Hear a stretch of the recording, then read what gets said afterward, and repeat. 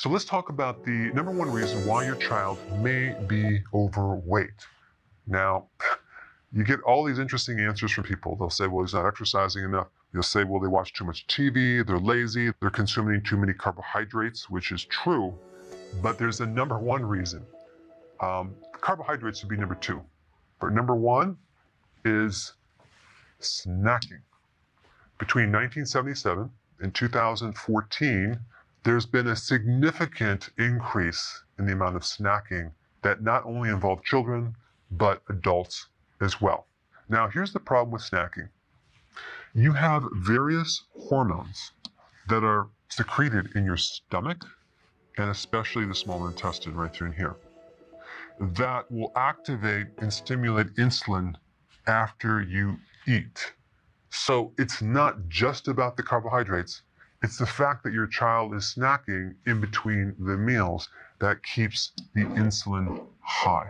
Anything of any significant calories will trigger insulin. And insulin prevents the loss of fat as well as causes the storage of fat. So you got the number one reason is the frequency of eating, and number two definitely is the carbohydrates. Now, if you combine that, carbohydrate with a snack, not very good. Here are the most common snacks that kids are fed. Yogurt, and I'm not talking about even plain yogurt, I'm talking about flavored yogurt, vanilla yogurt. Just 3.5 ounces gives you 13 grams of sugar. Then you have popcorn, which is low fat and fiber. It's very, very high on the glycemic index. Turns into sugar and will spike the blood glucose very, very fast. And then we have applesauce, which is basically concentrated sugar because it's taking an apple with the fiber and then cooking it, pasteurizing it. And so it's very, very high on the glycemic index as well. Number four, energy bars. I mean, a granola bar, for example, has 19 grams of net carbs. Way too much. Now, juice is a snack as well. You're drinking a very concentrated amount of sugar from a fruit. Of course, you don't get the benefits of the vitamins from the fruit because it's going to be pasteurized. So if you're consuming juice between the meal, you want to look at it as a snack as well. This is probably the worst snack right through here of all these. And then we have number six, crackers and peanut butter. Now, the problem is that peanut butter usually has added sugar. So if you're ever going to do peanut butter, make sure you read the label. Of course, crackers are very high in the glycemic index as well.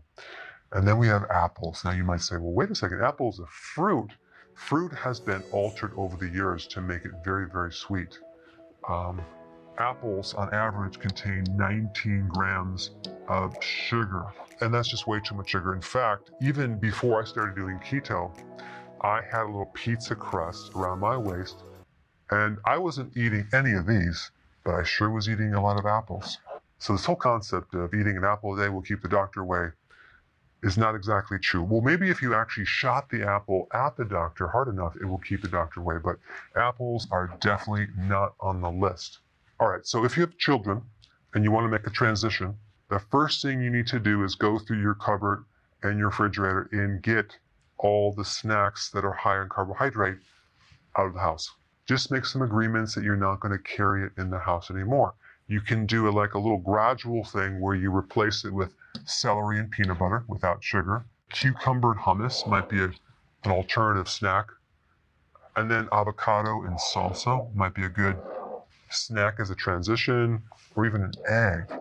But ideally, you don't want to give your kids any snacks. Have 3 meals, okay? Make sure they're nutrient dense. Make sure they have enough calories and enough healthy fats.